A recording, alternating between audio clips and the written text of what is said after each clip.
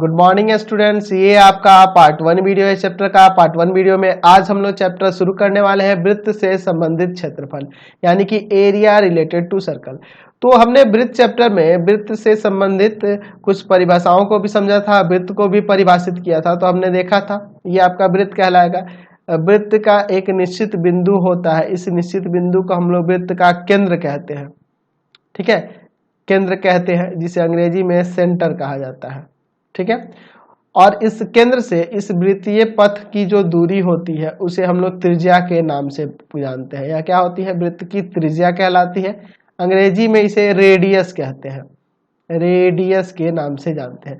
उसी तरह से अगर हम लोग वृत्त के अंदर बात करें तो वृत्त के किन्हीं दो बिंदुओं को मिलाने वाली रेखाखंड को हम लोग जीवा कहते हैं। यह आपका क्या होता है? जीवा होता है। अच्छा, और अंग्रेजी में इसे कोड कहा जाता है, कोड कहा जाता है। ठीक है, वृत्त की सबसे लंबी जीवा जो केंद्र से होकर जाती है, वृत्त के केंद्र से होकर जाती है, उसे हम लोग क्या कहते हैं? व्यास कहते हैं। इसे हम लोग व्यास के नाम से जानते हैं।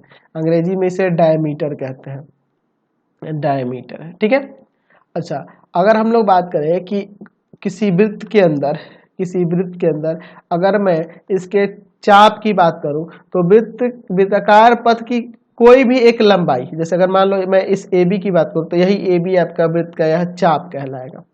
ठीक है, इसके परिधि का कोई भी हिस्सा एक चाप कहलाता है। परिधि होता क्या है? तो यह एक्चुअल में परिधि का मतलब इसके परिमाप से ही है। ये वृत्तीय पथ की एक चक्कर लगाने में जो लंबाई होगी वही आपकी क्या कहलाएगी? उसकी परिधि कहलाएगी। ठीक है, इसी को हम लोग परिधि के नाम से जानते हैं। तो इन सब छोटे छोटे चीजों को थोड़ा सा परिभाषित कर देते हैं जो आपको इस चैप्टर में जानना जरूरी है। ठीक है, चलिए, अधिकतर आप लोग पहले भी पढ़ चुके हैं वृत्त चैप्टर में। जो यहाँ पे कंपलसरी है, कुछ ज्यादा जरूरी है, उन्हीं चीजों को मैं बताने वाला हूँ। चलिए, तो पहले हम लोग बात करते हैं चाप के बारे में।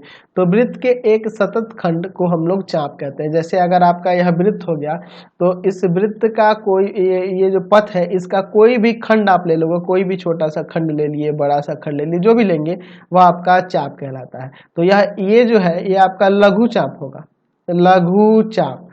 AB यह जो है यह लघु चाप है। अगर यही AB दीर्घ चाप की बात करेंगे तो वह यह हो जाएगा, यहाँ से यहाँ तक। ठीक है, चलिए, क्लियर है, चलते हैं आगे।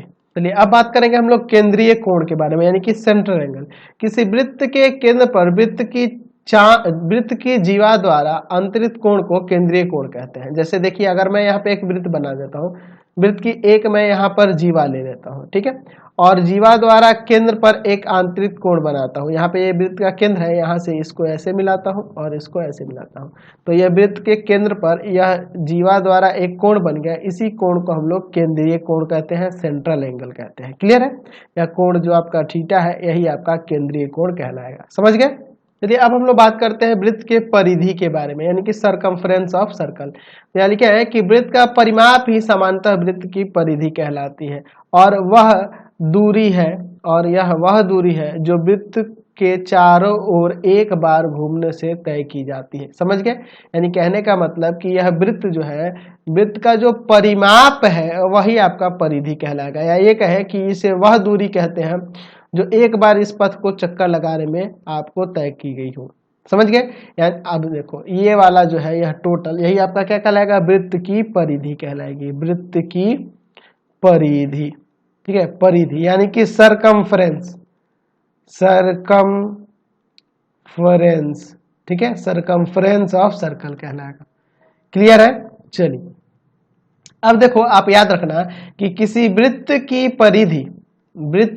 परिधि और व्यास के अनुपात को एक ग्रीक संकेत पाई से सूचित किया जाता है, जहां हम जानते हैं कि पाई का सन्निकट मान 22/7 होता है, या 355/113 भी हम लोग यूज कर सकते हैं। ठीक है, या इसका दशमलव अगर बात करें तो इसे हम लोग कितना 3.14 भी लेते हैं। ठीक है, एक्चुअल में पाई एक अपरिमेय संख्या है, जैसा कि मैंने आपको पढ़ा दिया है पहला ही चैप्टर वास्तविक संख्या में। ठीक है, अब देखिए, आपको पता है कि वृत्त की परिधि और बटा में व्यास। अच्छा, व्यास को हम लोग D से सूचित करते हैं और बराबर में पाई, यह जाके उधर गुना कर जाएगा। यानी कि यहाँ से वृत्त की परिधि तो वृत्त की परिधि का एक सूत्र हमें प्राप्त हो जाएगा पाई डी। अच्छा, एक और चीज जानते हैं कि व्यास जो होता है त्रिज्या का 2 गुना होता है, यानी कि यहाँ पे हम लोग इसके जगह पे पाई इंटू 2r लिख सकते हैं डी को हटाकर, यानी कि यहाँ से फॉर्मूला 2 पाई आर बन गया। यानी कि वृत्त की परिधि का फॉर्मूला हो गया 2 पाई आर या पाई डी। यहाँ आर क्या है आपका त्रिज्या है और डी क्या है आपका व्यास है, ये आपको ध्यान में रखना होगा। चलिए अब हम लोग बात करते हैं वृत्त का त्रिज्या खंड, यानी कि सेक्टर ऑफ अ सर्कल। ठीक है, सेक्टर ऑफ ए सर्कल किसी वृत्त की 2 त्रिज्याओं एवं संगत चाप से घिरे क्षेत्र को वृत्त का त्रिज्या खंड कहते हैं। जैसे अगर मैं यहाँ पे एक वृत्त बना लूं, ठीक है, मैं वृत्त का यहाँ पर केंद्र ले लेता हूं और इसकी 2 त्रिज्याएं देख रहे हैं ना, किसी वृत्त की 2 त्रिज्याएं, देखिए ये 2 त्रिज्याएं इस तरह से मैं खींच दे रहा हूं, 2 त्रिज्याएं और उसके संगत चाप, तो उसका संगत चाप यहाँ यह हो जाएगा। तो मैं इसका नाम ए ओ बी दे दूं, तो यहाँ जो ए ओ बी यह वाला जो हिस्सा देख रहा है यह आपका क्या है त्रिज्या खंड। तो यह छोटा त्रिज्या खंड है और ये बड़ा है, तो इसके नाम से देंगे लघु त्रिज्या खंड, लघु त्रिज्या खंड। ठीक है, जब लघु त्रिज्या खंड ए ओ बी कहेंगे तो इसकी बात हो रही होगी, और जब दीर्घ त्रिज्या खंड ए ओ बी कहेंगे, जब हम लोग दीर्घ त्रिज्या खंड ए ओ बी कहेंगे, सॉरी दीर्घ में इधर से होगा, दीर्घ त्रिज्या खंड कहेंगे, दीर्घ त्रिज्या खंड, तो हम लोग ए ओ बी ही कहेंगे, लेकिन यहाँ पे इसकी बात होगी। तो बस ध्यान रखना कि लघु त्रिज्या खंड ए ओ बी की बात करें तो यह हो गया, और दीर्घ त्रिज्या खंड ए ओ बी यह हो गया, ये आपको ध्यान रखना होगा। ठीक है, चलिए अब हम लोग बात करते हैं वृत्त का वृत्तखंड, यानी कि सेगमेंट ऑफ ए सर्कल। किसी वृत्त की जीवा और संगत चाप द्वारा घिरे क्षेत्र को वृत्त का वृत्तखंड कहते हैं। चलिए देखिए वृत्तखंड क्या होता है। जैसे यह वृत्त हो गया, मैं यहाँ पे एक जीवा ले लेता हूँ, तो यहाँ देख रहे हैं यह जीवा और इसके संगत चाप द्वारा घिरा हुआ क्षेत्र यह भी है, और यह जीवा और इसके संगत चाप द्वारा घिरा हुआ क्षेत्र यह भी है। तो यह जो क्षेत्र है यह आपका वृत्तखंड है, यह भी वृत्तखंड है। तो ये छोटा है तो इसे हम लोग लघु वृत्तखंड कहेंगे, लघु वृत्तखंड, लघु वृत्तखंड, यानी कि आप कहेंगे इसको लघु वृत्तखंड, यानी इंग्लिश में हो जाएगा माइनर सेगमेंट, माइनर सेगमेंट। और यह क्या हो जाएगा दीर्घ वृत्तखंड, यानी कि दीर्घ वृत्तखंड, दीर्घ वृत्तखंड, यानी कि मेजर सेगमेंट, मेजर सेगमेंट। चलिए तो ये सारी चीजें आपको ध्यान रखना होगा। आपको ये तो पता ही होगा, जैसे एक वृत्त ले लेता हूं और वृत्त को मैं 2 बराबर भागों में बांट देता हूं, तो प्रत्येक भाग को हम लोग क्या कहेंगे अर्धवृत्त कहेंगे। यह भी आपका अर्धवृत्त है। ठीक है, अर्धवृत्त यानी कि semi circle, semi circle, semi circle. ठीक है, अगर मैं इसको 4 बराबर भागों में बांटूं तो प्रत्येक भाग को क्या कहेंगे, तो चतुर्थांश कहा जाता है, क्वाड्रेंट कहा जाता है। ये तो आपको पता ही होगा, है ना, यह चतुर्थांश कहलाएगा, ये प्रत्येक भाग क्या कहलाएगा चतुर्थांश। ठीक है, तो ये आप ध्यान रखना, क्लियर है, ये सारी चीजें आप ध्यान में रखेंगे। अब हम लोग इस चैप्टर में जितने भी फॉर्मूले यूज करने वाले हैं उन सबको देख लेते हैं, ताकि एक्सरसाइज में कोई प्रॉब्लम नहीं हो। चलिए तो हम लोग शुरू करते हैं। पहले देखते हैं वृत्त की परिधि। जैसा कि मैंने इसको आपको शुरू में भी बताया था कि वृत्त की परिधि का फॉर्मूला आप 2 पाई आर या पाई डी यूज कर सकते हैं।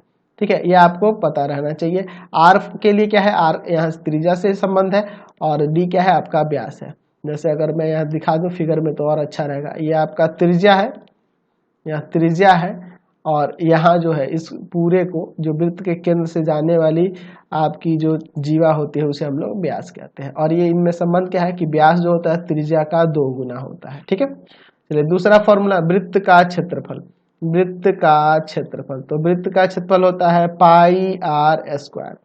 समझ गए, देखिए वृत्त की परिधि या परिमाप भी कहेगा तो यही होगा 2 पाई आर या पाई डी, एक ही बात है। ठीक है, अब चलिए अब हम लोग अर्धवृत्त की बात करते हैं। ठीक है, अर्धवृत्त यानी कि सेमी सर्कल, जैसा कि मैंने अभी आपको बताया था। मैं यहाँ पे एक सेमी सर्कल ले लेता हूँ। ठीक है, चलिए अर्धवृत्त ले लिया। ठीक, चलिए अब इसको समझते हैं। इसमें ये आपका अर्धवृत्त हो गया। चलिए इसका त्रिज्या यह आर हो गया और ये व्यास जो होगा ये पूरा हो जाएगा। चलिए तो मैं यहाँ लिखता हूँ अर्धवृत्त की परिधि, अर्धवृत्त की परिधि। तो परिधि इसका हो जाएगा आपका पाई आर, मतलब कि जो वृत्त की परिधि है उसका आधा कर देंगे। अच्छा, या अर्धवृत्त की अगर परिमाप की बात करेंगे, अर्धवृत्त का परिमाप, अर्धवृत्त का परिमाप, तो यहाँ परिमाप दूसरा हो जाएगा, परिमाप में ये वाला भी जुड़ जाएगा, यानी कि पाई आर तो होगा ही। पाई आर मतलब क्या, यहाँ से लेकर यह पथ की लंबाई यहाँ से यहाँ तक, और यह भी जुड़ जाएगा परिमाप में, यानी कि प्लस डी, प्लस में व्यास भी जुड़ जाएगा। चलिए, इसका क्षेत्रफल क्या होगा, तो अर्धवृत्त का क्षेत्रफल, अर्धवृत्त का क्षेत्रफल, अर्धवृत्त का क्षेत्रफल 1/2 पाई आर स्क्वायर, इसका आधा हो जाएगा। ठीक है, उसी तरह से अब आगे बढ़ते हैं। अब हम लोग बात करेंगे चतुर्थांश का। चतुर्थांश तो आपको पता है कि वृत्त के 1/4 भाग, ठीक है, वृत्त का 1/4 भाग, समझ रहे ना बात को। चलिए, मैं एक यहाँ पे चतुर्थांश ले लेता हूँ, यहाँ पे मैं एक चतुर्थांश बनाता हूँ। ठीक है, ये देखो, ये आपका वृत्त का 1/4 भाग है, इस तरह से, तो यही आपका चतुर्थांश कहलाएगा। ठीक है, तो यहाँ पे मैं, ये आपका त्रिज्या हो गया, ये आपका त्रिज्या हो गया। तो मैं अगर बात करूँ यहाँ पर क्या हो जाएगा, चतुर्थांश का, चतुर्थांश का या वृत्त के चतुर्थांश का, ठीक है, चतुर्थांश का, चतुर्थांश का परिमाप, तो परिमाप के लिए इसका क्या होगा, तो जितना आप इसका आधा कर दिए, इसका भी आधा कर दो, इसका भी आधा करो, यानी कि 1/2 पाई आर, और प्लस में यह आर और यह आर जुड़ जाएगा, यानी 2r या फिर पाई, है ना, 2r जोड़ दो या फिर d जोड़ दो, है ना, इसे ऐसे भी लिख सकते हैं 1/2 पाई आर प्लस में 2r या d रख सकते हैं। समझ गए ना, यहां से यहां तक की लंबाई, तो आप देख लो इसका परिधि था, यहाँ पर पाई आर था, तो ये आधा हो गया, इसका भी आधा हो गया, तो ये हो जाएगा 1/2 पाई आर, और प्लस में यह 2r जुड़ जाएगा। उसी तरह से चतुर्थांश, चतुर्थांश, चतुर्थांश की परिधि, अगर मैं सिर्फ परिधि की बात करूंगा तो परिधि आपका 1/2 पाई आर हो जाएगा, इसमें इसको इंक्लूड नहीं किया जाएगा। अगर इसके क्षेत्रफल की बात करूं, तीसरा नंबर फॉर्मूला, चतुर्थांश का क्षेत्रफल, चतुर्थांश का क्षेत्रफल, चतुर्थांश का क्षेत्रफल, तो चतुर्थांश का क्षेत्रफल हो जाएगा 1/4 पाई आर स्क्वायर, इसका 1/4, टोटल जो वृत्त का क्षेत्रफल होता है उसका 1/4, यानी कि ये 1/4 भाग है, इसलिए क्षेत्रफल भी 1/4 हो जाएगा। समझ गया ना। चलिए, अब हम लोग बात करते हैं त्रिज्या खंड के क्षेत्रफल के बारे में। जैसा कि हमने देखा था, त्रिज्या खंड क्या होता है, तो वृत्त की 2 त्रिज्याएं और संगत चाप द्वारा घिरा हुआ क्षेत्र जो होता है वही आपका त्रिज्या खंड कहलाता है। चलिए, मान लेते हैं यह कोण यहाँ जो बन रहा है, इसका केंद्रीय कोण थीटा है और इसका त्रिज्या r है, तो ये आपका लघु त्रिज्या खंड हुआ, है ना। तो मैं अगर यहाँ पे बात करूं त्रिज्या खंड का क्षेत्रफल, त्रिज्या खंड का क्षेत्रफल, या यूं कहूं कि लघु त्रिज्या खंड का क्षेत्रफल, दोनों एक ही बात है, लघु त्रिज्या खंड का क्षेत्रफल, लघु त्रिज्या खंड का क्षेत्रफल। तो यहाँ इसके लिए फॉर्मूला क्या हो जाएगा, तो इसके लिए ध्यान रखना θ/360 pi r square, θ/360 pi r square, इसके लिए हो जाएगा। अच्छा, अगर दीर्घ त्रिज्या खंड की बात करूं, दीर्घ त्रिज्या खंड का क्षेत्रफल, दीर्घ त्रिज्या खंड का क्षेत्रफल, दीर्घ त्रिज्या खंड का क्षेत्रफल, तो दीर्घ त्रिज्या खंड की क्षेत्रफल की बात करेंगे तो हम लोग क्या करेंगे, तो आप यहाँ ध्यान रखना pi r square, pi r square का मतलब क्या, टोटल क्षेत्रफल में से घटा लेंगे आप θ/360 पाई आर स्क्वायर, यानी कि लघु त्रिज्या खंड का, पाई आर स्क्वायर में से किसको घटा लेंगे, लघु त्रिज्या खंड का क्षेत्रफल, यानी कुल क्षेत्रफल, कुल वृत्त के क्षेत्रफल में से लघु त्रिज्या खंड का क्षेत्रफल घटा लेने से आपका दीर्घ त्रिज्या खंड का आ जाएगा। या फिर यही फॉर्मूला लगा लेना, या एक और काम कर सकते हैं, इसके लिए आप ये फॉर्मूला लगा सकते हो, 360 माइनस में θ/360 इंटू में पाई आर स्क्वायर। ठीक है, कहने का मतलब कि यहाँ टोटल सेंटर पे एंगल जो होता है 360 होता है टोटल, तो यह वाला एंगल कितना होगा, जब यह थीटा है तो यह 360 माइनस थीटा होगा ना जी, 360 माइनस थीटा, तो यही आ गया 360 minus θ/360 into pi r square. ठीक है, तो ये हम लोग त्रिज्या खंड का देख लिया। अब चलते हैं वृत्त खंड पे। चलिए देखते हैं वृत्त खंड। तो वृत्त खंड के लिए हमने देखा था, सॉरी, कि कोई वृत्त ले लेते हैं, जैसे यहाँ पे एक वृत्त हो गया और वृत्त की एक जीवा और उसके संगत चाप द्वारा घिरा हुआ क्षेत्र।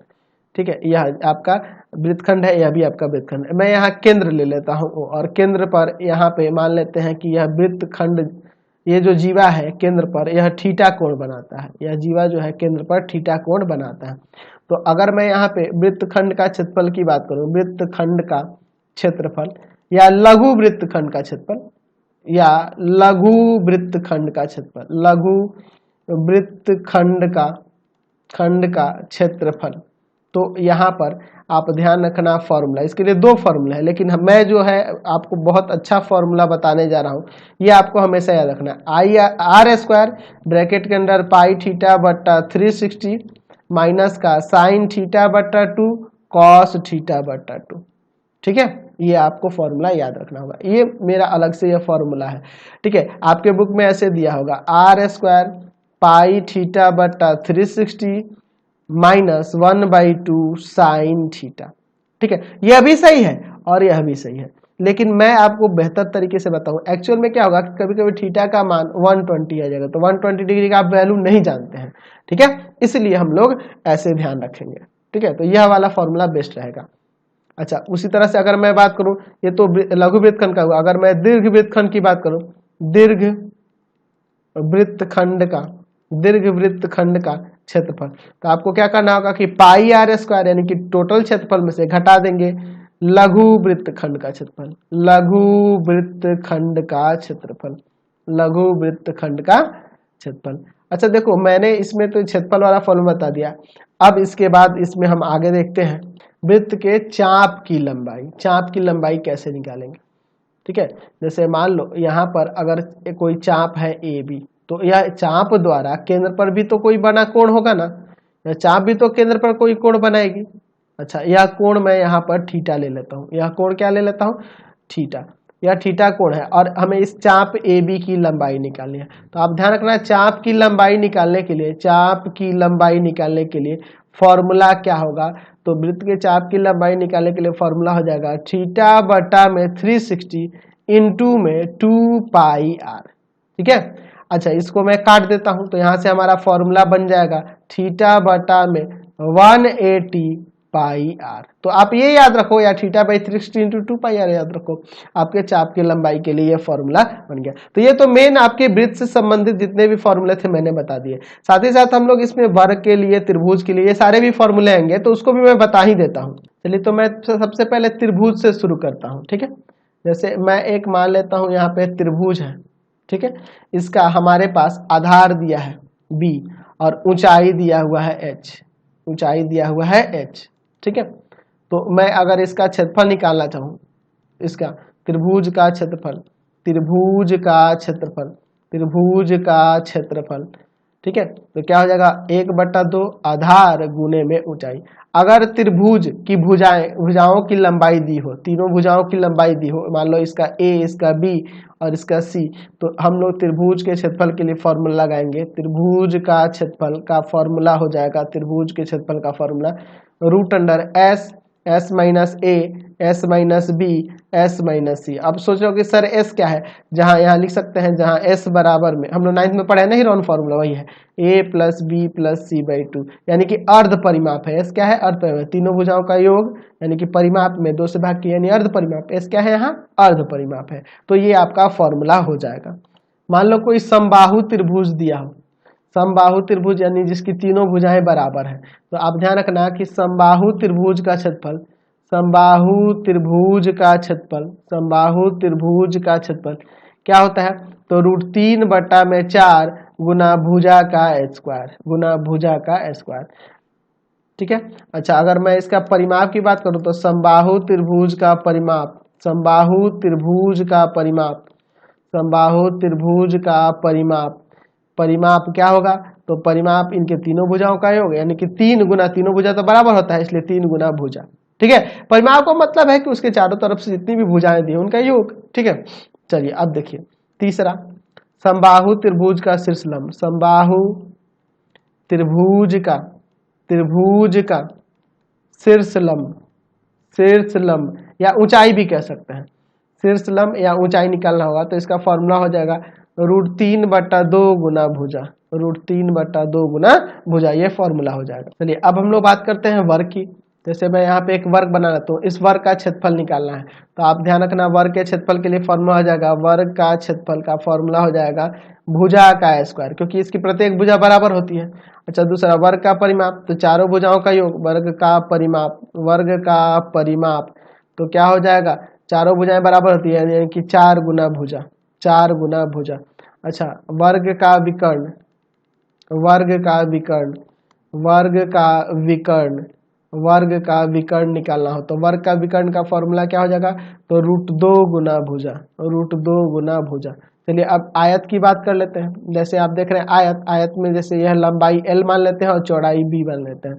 तो पहला आयत का क्षेत्रफल, आयत का क्षेत्रफल, आयत का क्षेत्रफल का फॉर्मूला हो जाएगा, क्या हो जाएगा, लंबाई गुने में चौड़ाई। दूसरा फॉर्मूला आयत का, आयत का परिमाप, आयत का परिमाप, आयत का परिमाप 2 गुने लंबाई प्लस चौड़ाई। तीसरा आयत का विकर्ण, आयत का विकर्ण, आयत का विकर्ण क्या हो जाएगा, तो हो जाएगा √अंडर लंबाई का स्क्वायर प्लस में चौड़ाई का स्क्वायर। तो ये सारे फॉर्मूले आपको ना याद रखने होंगे। चलिए मान लीजिए आपके पास कोई समांतर चतुर्भुज है, समांतर चतुर्भुज का क्षेत्रफल पूछ दे, समांतर चतुर्भुज का क्षेत्रफल।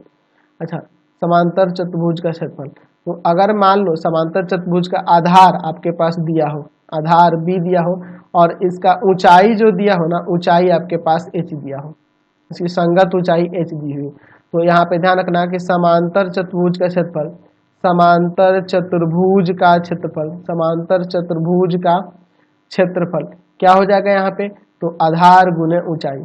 अच्छा, अगर मान लो समांतर चतुर्भुज कुछ इस तरह से दिया हो जिसके विकर्ण की लंबाई आपके पास ज्ञात हो, जिसके विकर्ण की लंबाई हमारे पास दी हुई है, विकर्णों की लंबाई, एक का लंबाई D1 है और दूसरे का D2 है, D1 और D2 दिया गया हो, तो इसका क्षेत्रफल क्या हो जाएगा, समांतर चतुर्भुज का क्षेत्रफल, समांतर चतुर्भुज का क्षेत्रफल, समांतर चतुर्भुज का क्षेत्रफल हो जाएगा 1/2 D1 इंटू D2।